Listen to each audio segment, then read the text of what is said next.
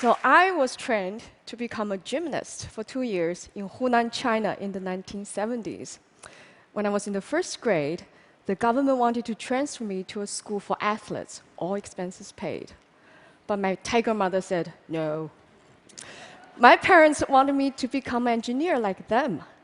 After surviving the Cultural Revolution, they firmly believed there's only one sure way to happiness, a safe and well-paid job.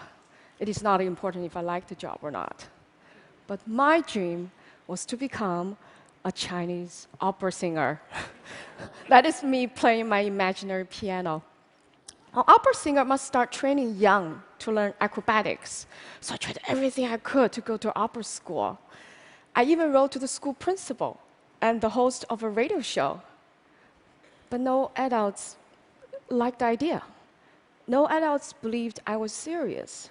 Only my friends supported me, but they were kids, just as powerless as I was. So at age 15, I knew I was too old to be trained. My dream would never come true.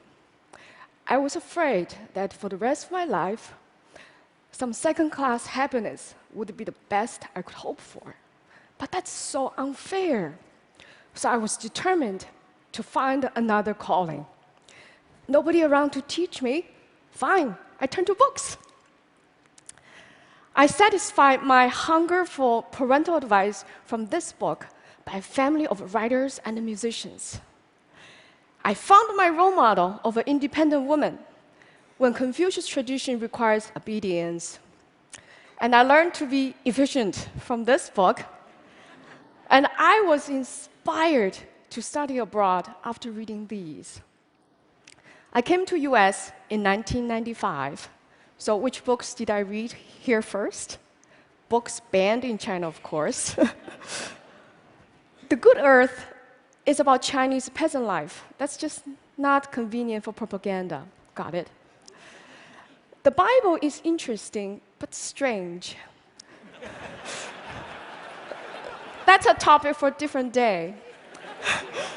But the fifth commandment gave me epiphany. You shall honor your father and mother. Honor, I said. That's so different and better than obey. So it becomes my tool to climb out of this Confucius guilt trap and to restart my relationship with my parents. Encountering a new culture also started my habit of comparative reading. It offers many insights. For example, I found this map out of place at first because this is what Chinese students grew up with. It had never occurred to me, China doesn't have to be at the center of the world. A map actually carries somebody's view. Comparative reading actually is nothing new. It's a standard practice in the academic world. There are even research fields such as comparative religion, comparative literature.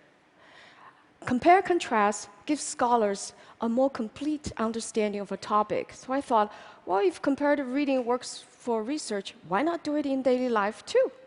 So I started reading books in pairs. So they can be about people who are involved in the same event or friends with shared experiences.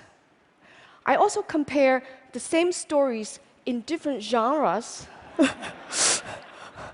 or similar stories from different cultures, as Joseph Campbell did in his wonderful book. For example, both the Christ and the Buddha went through 3 temptations. For the Christ, the temptations are economic, political, and spiritual. For the Buddha, they're all psychological: lust, fear, and the social duty. Interesting. So if you know a foreign language, it's also fun to read your favorite books in 2 languages. Instead of loss in translation, I found there's much to gain. For example, it's through translation that I realized happiness in Chinese literally means fast joy. Woo. And bride in Chinese literally means new mother. Uh-oh. Books have given me a magic portal to connect with people of the past and the present. I know I shall never feel lonely or powerless again. Having a dream shattered really is nothing compared to what many others have suffered. I have come to believe that coming true is not the only purpose of a dream.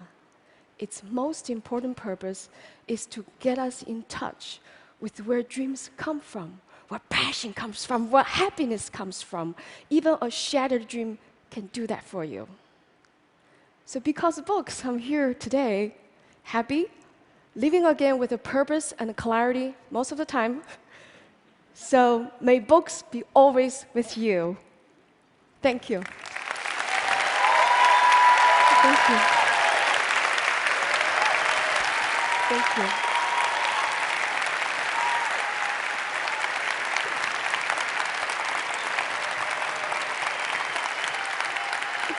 Thank you.